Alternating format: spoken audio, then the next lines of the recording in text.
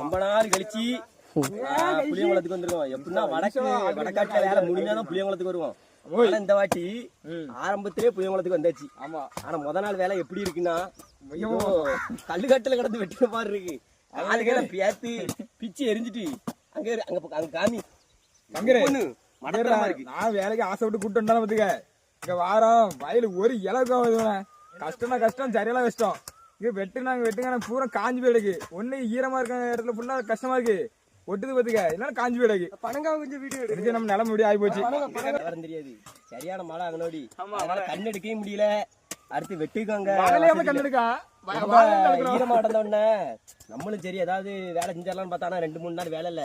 சரி இங்க வரலான்னு பார்த்தா இங்க உழவே இல்லை, வயக்காரும் இல்ல, உழவு வயக்காரும் இல்ல,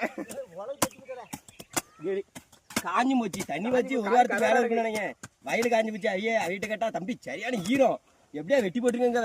இங்க வந்து பார்த்தா ஏதோ ஒரு முக்குல லேசா ஒரு ஈரம் இருந்திருக்கு. அதை பார்த்துட்டு அதுவும் ஏகப்பட்ட தண்ணி அப்படிங்க.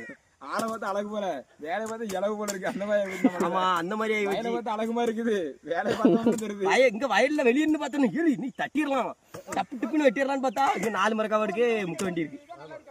எது நல்லா இருக்கு அவிய சொல்ல நல்லா இருக்கு. ஆனா கடைசி அவிய தான். ஆமா, 2 பாரா, நான் 6 பார் வெட்டி வச்சு 7 லட்சம். ராவி நெட்டு ராவி நெட்டுலயோ போ